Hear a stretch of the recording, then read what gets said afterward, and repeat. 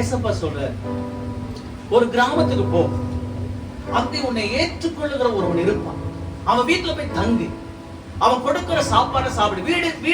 வீடு வீடாய் போகாத. நீ அந்த வீட்டுக்கு போயிட்டு அந்த வீட்டுக்குள்ள போகும்போது சமாதானம் அப்படின்னு சொல்லி உடனே அவன் உன்னை வரவேற்பான். அவன் வீட்டுல தங்கு.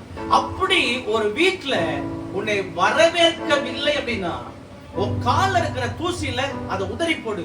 சோதோம் குமாரா பட்டணத்துக்கு நேரிடுகிறதை காட்டிலும் நேரிடுகிறது அதிக கொடுமை உள்ளதா இருக்கு. ஆமா, நான் சொல்லல, வசனம் சொல்லுது. மத்தேயு 10 போய் படிச்சு பாருங்க வீட்டுல. வேதம் மத்தேயு 19 சொல்லுது, என் நாமத்து நிமித்தம் ஒரு சீசன் அவனுக்கு ஒரு கலசம் தண்ணீர் கொடுத்தார். எத்தனை கலசம்? ஒரே ஒரு வாட்டர் கேன்ல தண்ணி கொடுத்தீங்கன்னா இன்மையிலும் மறுமையிலும் ஆசீர்வாதம் பெறாமல் இருக்க மாட்டீர்கள். அப்போ உங்க வீட்டுக்கு தேடி வருகிற ஊழியக்காரங்களை, உங்க வீட்டுக்கு தேடி வருகிற பிள்ளைகளை, உங்க வீட்டுக்கு தேடி வருகிற கர்த்தருடைய வசனத்தை சுமந்து கொண்டவர்களை நீங்க எவ்வளவு கனம் பண்ணணும். ஏன்னா அவங்க வரும்போது கர்த்தருடைய வசனத்தை சுமந்து கொண்டு வருகிறார். அல்லேலூயா.